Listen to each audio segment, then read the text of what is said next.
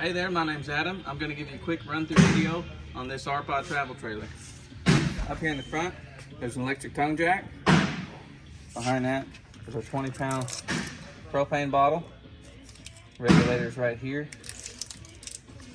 This is the 12-volt battery.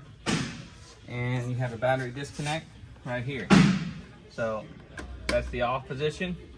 If you want to cut off the battery, that way it doesn't drain down as quickly. And have it in the on position when you plug in. 4 stabilizer jacks on all 4 corners. That's a 3/4 inch socket to run that down. This is where you're going to fill the fresh tank. Stick a garden hose in there and fill it up. And the drain is right here underneath the frame. A little cap goes in there to fill the fresh tank. Just below that is the city water connection. We recommend using a pressure regulator on your garden hose. That's where you can hook in the city water. And right down here, this is our waste outlet. So we've got a black tank on the left. The black is the toilet water, and the gray tank is the shower and sink water. This connection is for a black tank flush. So make sure your black tank valve's open and the sewer cap's off. Hook a garden hose to this, and it's going to spray the inside of the black tank to clean it out. Here's the cable and satellite hookup for your TV. And then this is your shore power cord. It's a 30 amp service unit. What you're going to do is line this up, twist it to the right to lock it into place, and you can tighten that nut down to secure it. Here's the furnace vent, spare tire, refrigerator vent. And this is the outside of our water heater. So there's the water heater plug. It's going to go in right there. And right here is the switch for electric. Right behind the gas valve is the switch for our electric to turn it on.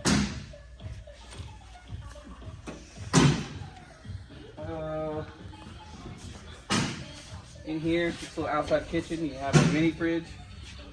The controls for it are on the back wall. This runs off 110, so only when you plug in the shore power is this fridge going to work. Right next to here,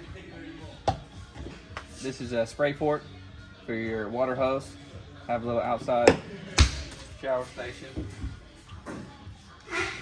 And we've got the electric awning out. If you want to make an adjustment, grab right here, pull it down, and you can leave it wherever you like to make any kind of pitch adjustment. Make sure it's fully extended whenever you go to retract the awning.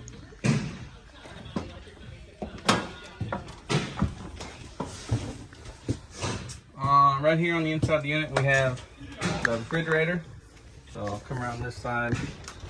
This is the gas or electric fridge. All the controls are right up here. So right now we're in auto mode, and because we're plugged in, that means we're running off electric. If we were to lose power or unplug our cord, this is going to automatically switch over to gas. If you want to run it straight on gas, pop this button out, and when there's no lights on, that means you're on gas. And then there's the power switch right there.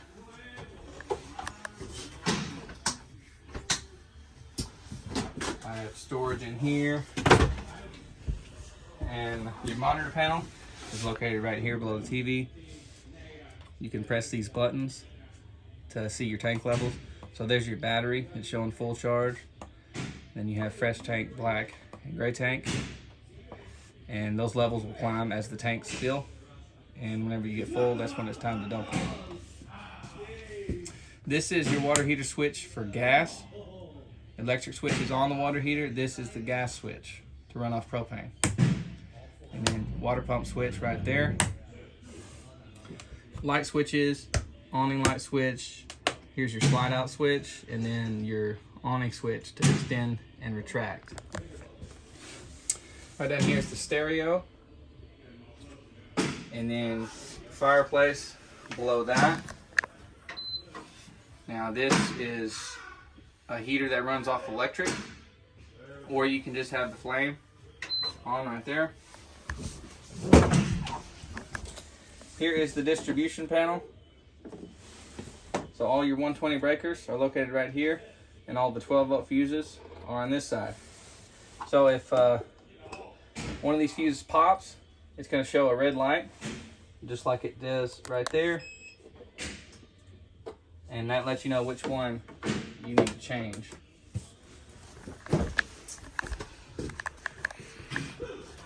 Right here on the wall is the thermostat. So this is going to run your air conditioner and your furnace. You control everything from this one switch right here. So our first option is fan low, and you have fan high, and then cool mode. Put it in cool high or low or auto. And then the last option is the heat. And you control the temperature right here. These little arrows.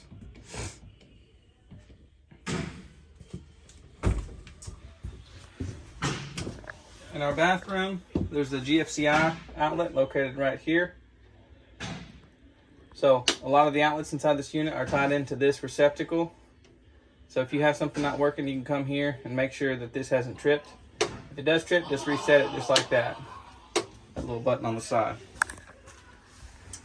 This is the max air vent. So this is, the controls are right here on the bottom of the vent. You can see fan on, fan off. And then this is that's locked into place where it's not gonna move. Pull that knob down to open it up. And then you can turn your fan on whenever it's open. And then whenever you wanna lock it, just press that lock in when it's all the way down. So inside the shower, we've got our regular faucet, but down here, this little valve is going to control our water. So if you're dry camping and you're running your water pump using your fresh water, if you have the shower on and then you turn this valve right here, the water is going to refill back into the fresh tank. So your temperature is going to stay the same on the water, but you're not going to lose that water in your waste tank. So it's going to flow right back into the fresh tank. And then when you turn this faucet on again to call for water, you're going to have instant hot water. Just with that little valve right there. Down here on the floor, the central vacuum system. So you can pop this open and you can sweep everything into a pile, pop that open and sweep it right into the vacuum. And then you've also have this hook up here to hook up your vacuum hose. And when you go to dump the bag, just pull that out like that. And then this bag will just pull right off. And you can empty out the bag. So in the bedroom, you have a light switch down here for your accent lights on the side of the bed. USB ports on both sides of the bed. And then there's an emergency exit right behind the bed. Storage down there. And then a TV hookup on the wall, and that's where you're going to mount your TV. So your carbon monoxide and propane leak detector is located right there. This is wired in straight to the battery on the front of the unit. So if you hear that go off, you need to exit the unit. That means there's a leak somewhere.